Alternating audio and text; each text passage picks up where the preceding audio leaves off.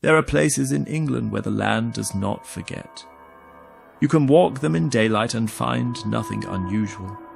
Only the long stretch of heather bending under the wind, the distant rise of hills, and the quiet, open sky.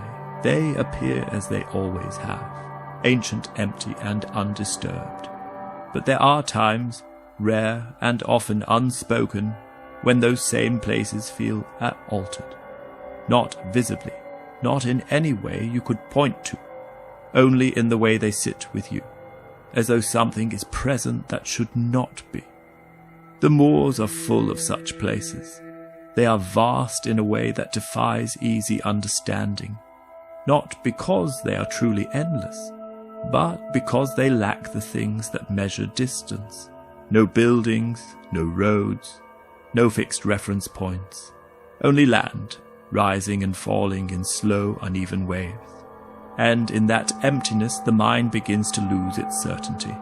This account concerns a man who crossed one of those moors alone, late in the year, when the light fades early and the cold settles into the ground long before nightfall. He did not set out to find anything, but something was there.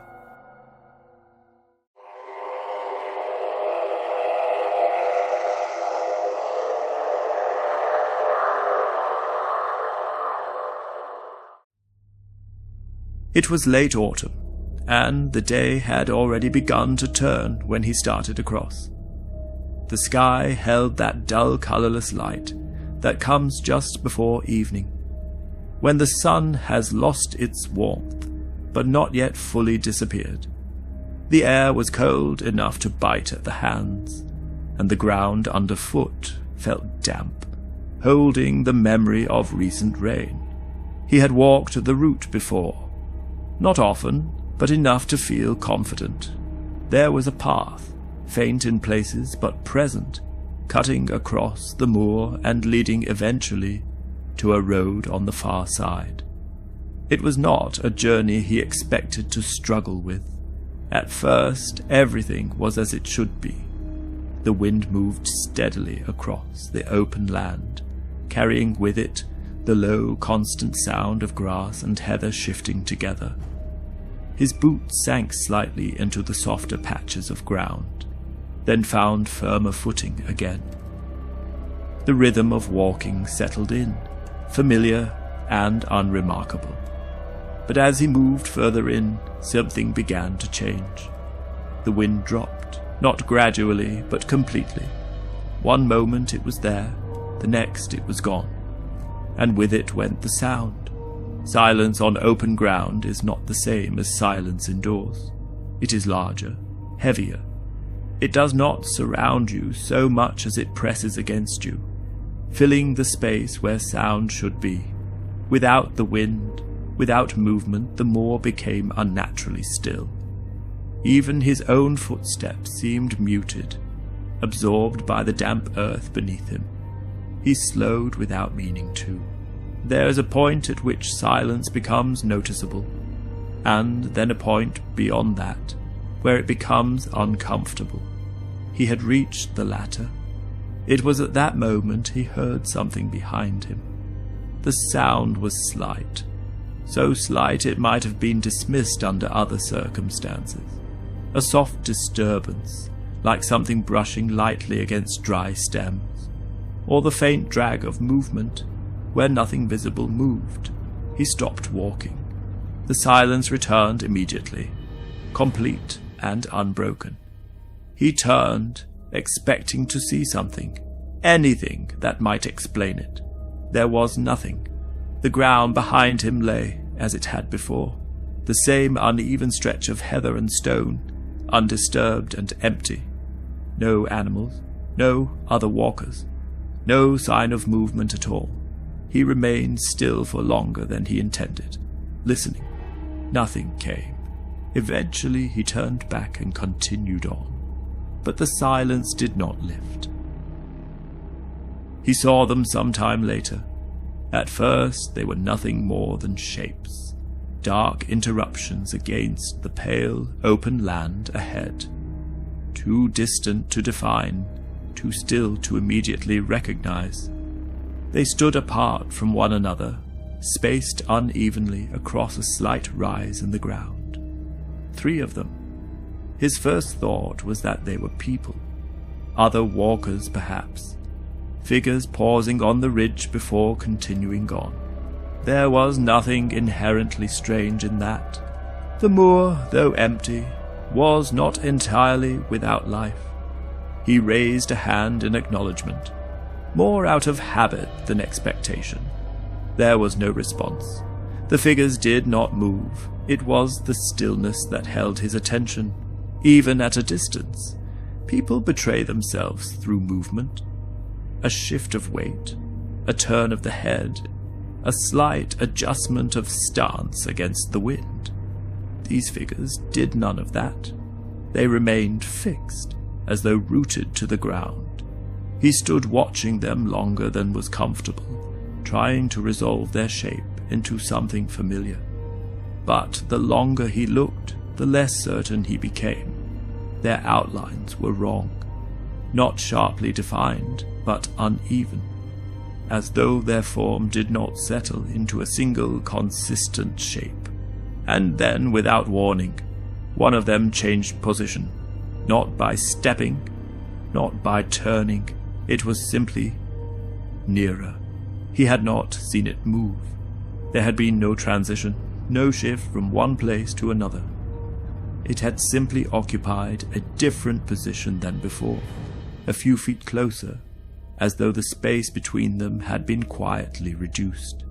He stared at it, waiting for some explanation to present itself. None came. The other 2 remained where they had been. Or so it seemed.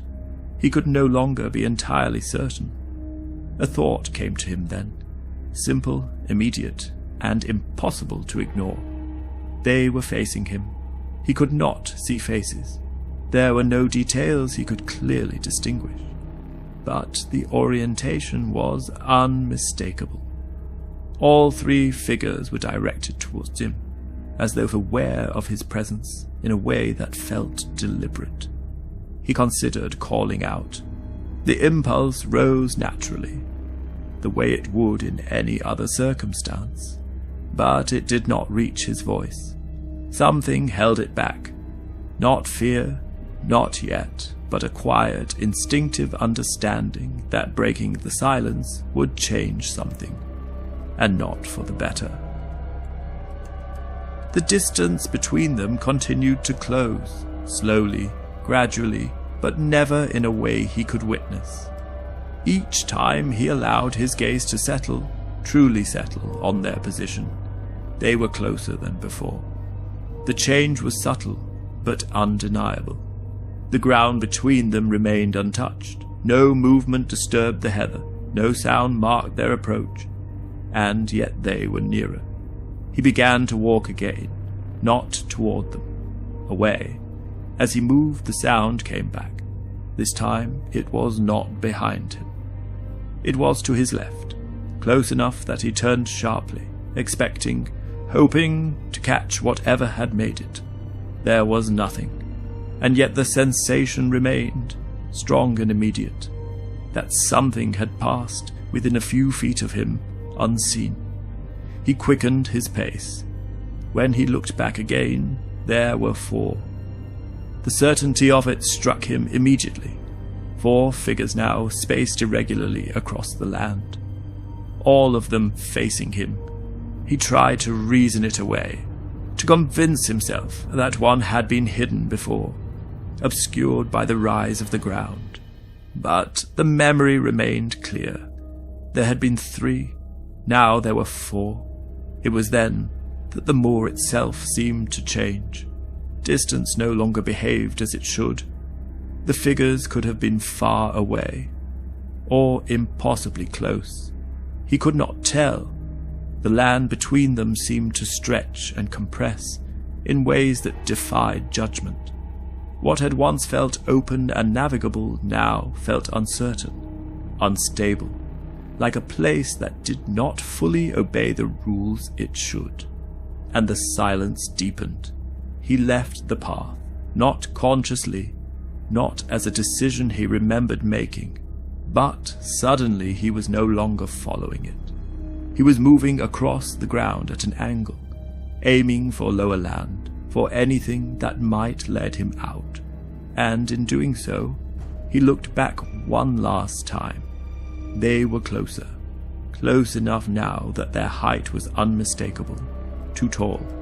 Their shapes were elongated, uneven, as though their limbs did not align with any natural structure. One of them leaned, not forward but sideways, at an angle that no living body could hold. It did not correct itself. It remained that way. He did not look again. He walked faster, then faster still, until the movement became something closer to a run. The ground shifted underfoot, uneven and treacherous, but he did not slow. The sound followed him, that same soft dragging disturbance, always just out of sight, always just behind or beside. And then, without warning, it stopped. He reached the road just before full dark. A real road, solid, defined, certain. With it came sound again, the distant hum of a vehicle, the movement of air, the ordinary world reasserting itself. He stopped there, breathing hard, and turned back. The moor lay behind him, empty, no figures, no movement, nothing at all. He never crossed that place again. Years later, when he spoke of it, reluctantly and only once, he did not try to explain what he had seen.